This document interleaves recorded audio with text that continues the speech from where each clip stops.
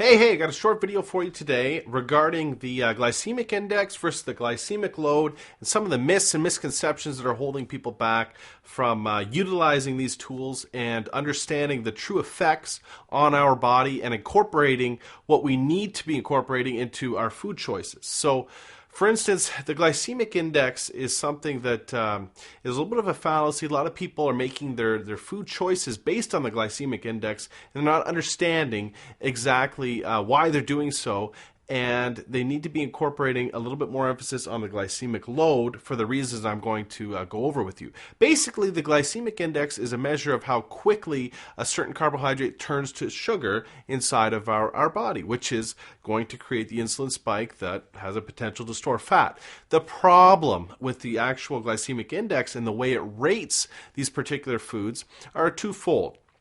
Basically, the first problem is the fact that it's always determined on a specific amount of a particular carbohydrate. For instance, 50 grams of a particular carbohydrate, okay, at the rate of which that carbohydrate turns into sugar inside our body, and that number reflects the glycemic index number.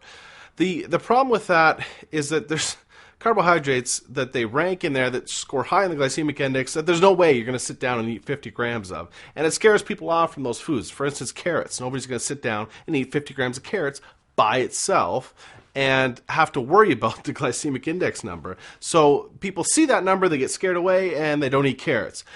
Another example, cantaloupe. Nobody's going to sit down and eat 50 grams of cantaloupe by itself, which scores very high in the glycemic index. They're going to be much more apt to eat about a cup of cantaloupe at the most by itself, which scores very, very low in the glycemic index. What I want to talk to you about today is the fact the glycemic load is a much more valuable tool in determining the overall effect that these carbohydrates have on our bloodstream. The fact that we don't sit down and eat 50 grams of a particular carbohydrate by itself, rather we usually combine that carbohydrate, or we should be combining that carbohydrate with other nutrients such as proteins and fats, it drastically reduces the rate at which that carbohydrate turns into sugar in our bloodstream. That is what the glycemic load takes into account, and that's why the glycemic load is a much more valuable tool for you if you choose to determine your nutritional intake based on the rate at which carbohydrates turn into sugar in our bloodstream, which a lot of people do. But that's just a little tip for you. I don't want you to get confused on that and be mistaking certain numbers on the glycemic index to mean more than they really should for your dietary choices. Okay, I hope that helped, and we'll talk to you soon.